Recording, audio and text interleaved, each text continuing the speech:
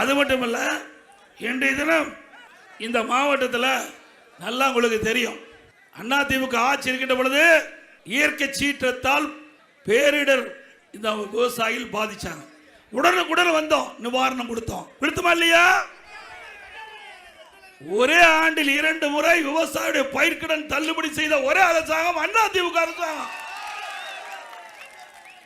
அது மட்டும் இல்ல, போன வருஷம் மழையால விவசாயிகள் நிலங்கள் பாதிக்கப்பட்டு நெற்பயிர்கள் அழுகி போச்சு.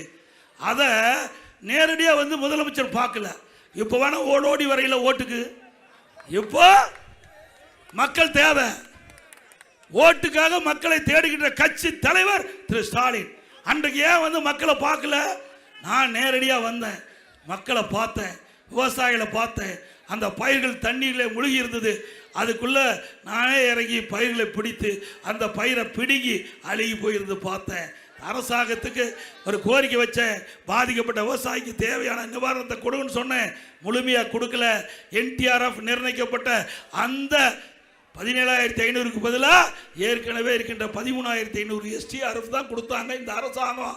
அப்போ என்ன பண்ணாரு முதலமைச்சர்? நான் வந்து அறிக்கை விட்டேனே, நம்மளுக்கு ஹோட்டல் இருக்கிற ட்ரேடு, அதில் பைத்தை வச்சு கொண்டாந்து காட்டுறாங்க. விவசாயி எவ்வளோ கேவலப்படுத்துகிறாங்க பாரு. ஏங்க, திரைப்படம் பார்க்கறதுக்கு 3 மணி நேரம் செலவு பண்ணுறாரு. இன்றைக்கு தேர்தல் வந்தால் உங்களுடைய ஓட்டுக்காக ஊர் ஊரா வந்து டீ கடையில் போய் டீ குடிக்கிறாரு. ஏன்? விவசாயிகள் பாதிக்கின்ற பொழுது, மழையால் பாதிக்கப்படுகின்ற பொழுது, விவசாய நிலங்கள் பாதிக்கப்படுகின்ற பொழுது, விவசாய பயிர் பாதிக்கின்ற பொழுது அதை பார்ப்பதற்கு இந்த முதலமைச்சருக்கு நேரம் இல்லை. ட்ரேடில் வச்சு அது என்ன பயிர்னு கூட தெரியாது. பாருங்கதான் காட்டுறாரு பாரு. இப்படிப்பட்ட முதலமைச்சர் நாட்டுக்கு தேவையா? விவசாயிகளை எப்படி ஏமாற்றாரு பாருங்க. இதை பார்த்துட்டு தான் இந்த இப்படிப்பட்ட முதலமைச்சர் நாட்டாண்டா நாடு உருப்படியாகுமா? விவசாயம் செழிக்குமா? விவசாயிகள் வாழ முடியுமா?